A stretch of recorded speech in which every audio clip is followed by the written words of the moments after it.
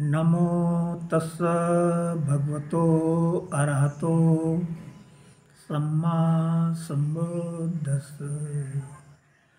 नमो तस्स भगवतो अरहतो सम्मा सम्बुद्धस्स।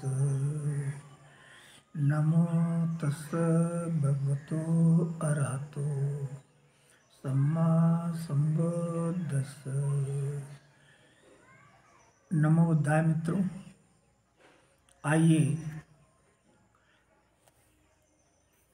धम्म पद की 47वीं गाथा एवं उपभोग की चौथी गाथा का हिंदी अर्थ समझते हैं। ये गाथा इस प्रकार है।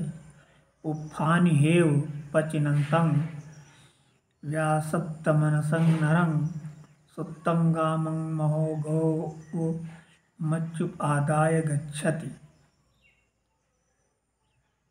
उफ़्फ़ान हेव पुष्पों के समान विषय भोगों को, पचिनन्तं चुनते हुए, व्यासत मनसंग आसक्त मन वाले, नरंग मनुष्य को, सुत्तगामंग सुत्तंगामंग सोते हुए ग्रामवासी को, महोघो भयंकर बाढ़ के समान, मंच मृत्यु आदाय लेकर गच्छति जाती है। अर्थात पुष्पों के समान विषय भोगों को चुनने वाले आसक्त मन के मनुष्य को मृत्यु वैसे ही अचानक पकड़ लेती है जैसे सोते हुए ग्रामवासी को भयंकर बाढ़ बहा ले जाती है। तो हमें जीवन पर्यंत काम भोगों के फूल नहीं चुनने चाहिए। विदूडब्ब की कथा।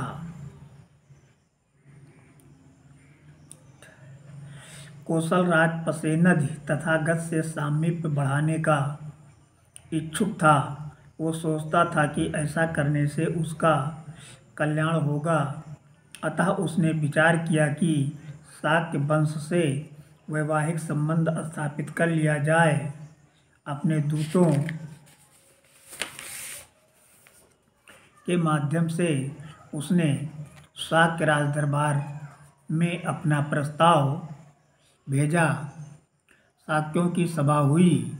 उसमें विचार हुआ कि राजा पसेनद का कुल उनके योग्य नहीं है, अतः किसी राजकुमारी का हाथ देना अनुचित था। महानाम ने एक रास्ता निकाला जिसे पूर्णतः गुप्त रखा गया।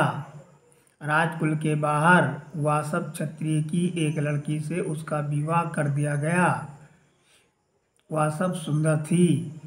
राजा पसेनद उससे खुश था। बाद में उसे एक पुत्र हुआ जिसका नाम विदूडब्ब रखा गया। राजकुमार 7 वर्ष का हुआ। उसने नाना के यहाँ जाने की जिद पकड़ ली। वो नाना के यहाँ गया। वहाँ उसकी अच्छी खातिरदारी की गई। कौशल वापसी के दिन सभी लोग राजमहल से निकले, पर एक सैनिक गलती से अपनी तलवार अंदर ही भूल गया। वो अपनी तलवार लेने राजमहल में आया। वहाँ उसने देखा कि एक नौकरानी उस स्थान को धो रही थी जहाँ राजकुमार विदूडब्ब बैठा हुआ था, तथा बड़बड़ा रही थी, चले आते हैं दासी के लड़के अपवित्र करने, जगह साफ कर लूँ। सैनिक ने उसे कुरेदा और पूरी सच्चाई जानकर राजकुमार को बता दी। राजकुमार ये सुनते ही आग बबूला हो गया। उसने शाक्य वंश को नाश करने का प्रण कर लिया। राजा पसेनद भी सारी बात सुनकर क्रुद्ध हो गया। वह शास्ता से मिला। शास्ता ने उसे ठीक से समझा दिया। तब राजा पसेनद का गुस्सा शांत हो गया। कुछ समय बाद विदूडब्ब कौशल देश का राजा बन गया। उसने शाक्य राज्य पर चढ़ाई कर दी। महानाम शाक्य और कुछ अन्य शाक्यों को छोड़कर सभी को मार डाला। जो बचे थे वे तृण शाक्य तथा नल शाक्य के नाम से जाने गए।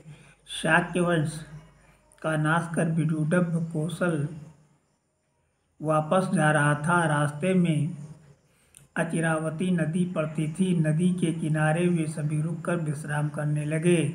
अचानक नदी में भीषण बाढ़ आ गई। सभी उसमें डूबकर मर गए। इस प्रकार विदूडब्ब का भी अंत हो गया। जब तथागत को उसकी जानकारी हुई तो उन्होंने कहा, विदूडब्ब जैसे लोग पूरे जीवन काम भोग रूपी फूल चुनते रहते हैं। ऐसे लोगों के जीवन का अंत वैसे ही हो जाता है जैसे बाढ़ सोए हुए गांव को बहा ले जाती है। तब उन्होंने ये गाथा कही। कौन सी गाथा कही? कि पुप्फानि हे उपचिनन्तं व्यासत्तमनसं नरं सुत्तंगामं महोघो मच्च आदाय गच्छति। नमो बुद्धाय। गाथा समाप्त।